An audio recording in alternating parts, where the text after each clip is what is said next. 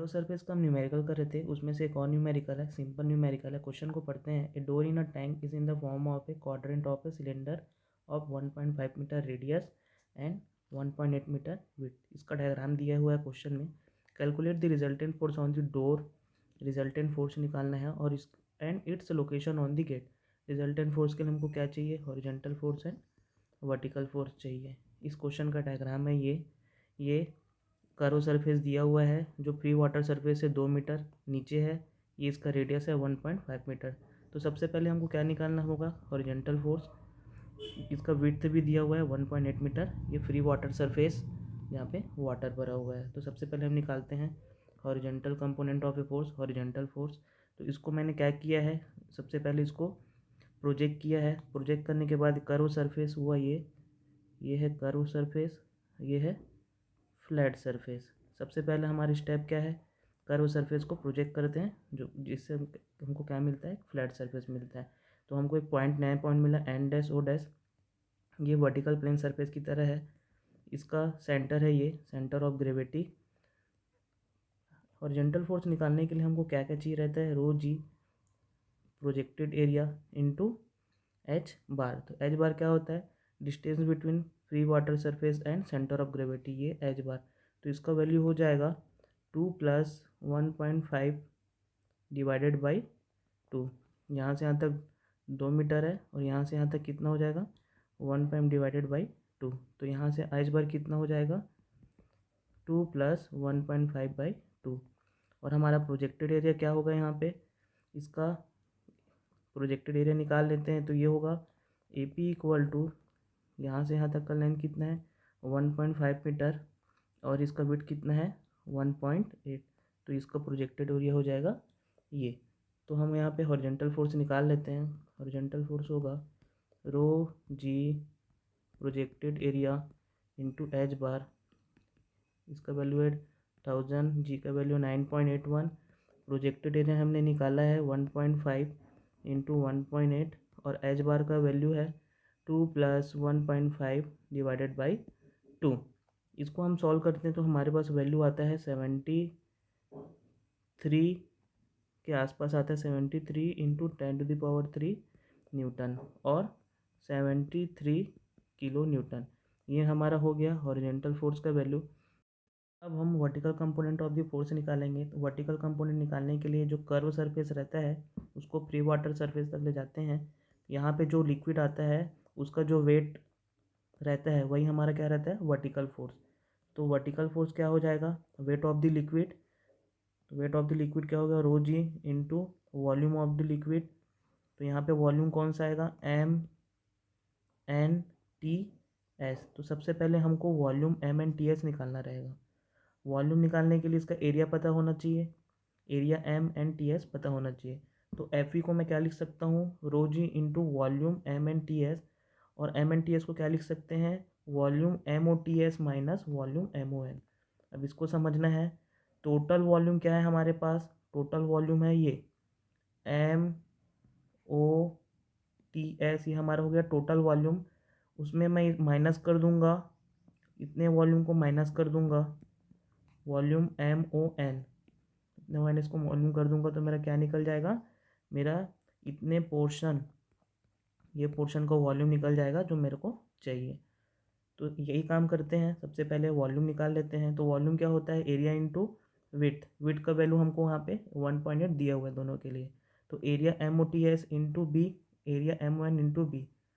तो area MOTS निकालते हैं सबसे पहले। तो यहाँ पे एरिया आ जाएगा MOTS। तो ये रेक्टेंगल है, तो रेक्टेंगल का एरिया कितना होता है? 3.5 इंटू 1.5 विड्थ इंटू डेप्थ। उसके बाद हमको एरिया निकालना है, एरिया MON। एरिया MON क्या है? सर्कल का 1/4 भाग है ये। तो एरिया MON क्या हो जाएगा? 1/4। और सर्कल का एरिया कितना रहता है? πr²। तो रेडियस यहाँ पे कितना दिया है? 1.5 का स्क्वायर। ये हमारा हो जाएगा एरिया MON 1/4 ऑफ। इसको यहाँ पे पुट कर देते हैं तो हमारे पास आएगा, ये हो जाएगा 3.5 इंटू 1.5 माइनस 1/4 पाई, रेडियस है हमारा 1.5 का स्क्वायर, और विड्थ दिया हुआ है 1.8। तो यहाँ से इतना हमको वॉल्यूम पता चल जाएगा। इस वॉल्यूम को हम यहाँ पे पुट करेंगे तो हमको एफ वी का वैल्यू पता चल जाएगा। तो एफ वी इक्वल टू क्या हो जाएगा, rho g volume M N T S. अब यहाँ पे पूरा इसको सॉल्व करेंगे तो आएगा ये 1000 इंटू 9.81, और इसका वॉल्यूम, इसका पूरा वैल्यू को पुट कर देते हैं यहाँ पे हम, तो ये आएगा 3.5 into 1.5 minus 1/4 into pi r का स्क्वायर 1.5 का स्क्वायर इंटू 1.8, ये हमारा विड्थ है। तो ये सब सॉल्व करते हैं तो हमारे पास वैल्यू आता है एफ वी का 62 इंटू 10⁻³ न्यूटन के आसपास आता है, और इसी को हम बोल सकते हैं 62 किलो न्यूटन। ये हमारा हो गया वर्टिकल फोर्स। लेकिन हमको क्या निकालना है, यहाँ पे रिजल्टेंट फोर्स निकालना है। तो रिजल्टेंट फोर्स क्या होगा, हॉरिजॉन्टल फोर्स का स्क्वायर प्लस वर्टिकल फोर्स का स्क्वायर। हॉरिजॉन्टल फोर्स हमने कितना निकाला था, हॉरिजॉन्टल फोर्स का वैल्यू हमारा आया था 73 किलो न्यूटन। ये 73 का स्क्वायर हो जाएगा प्लस वर्टिकल फोर्स का 62 का स्क्वायर।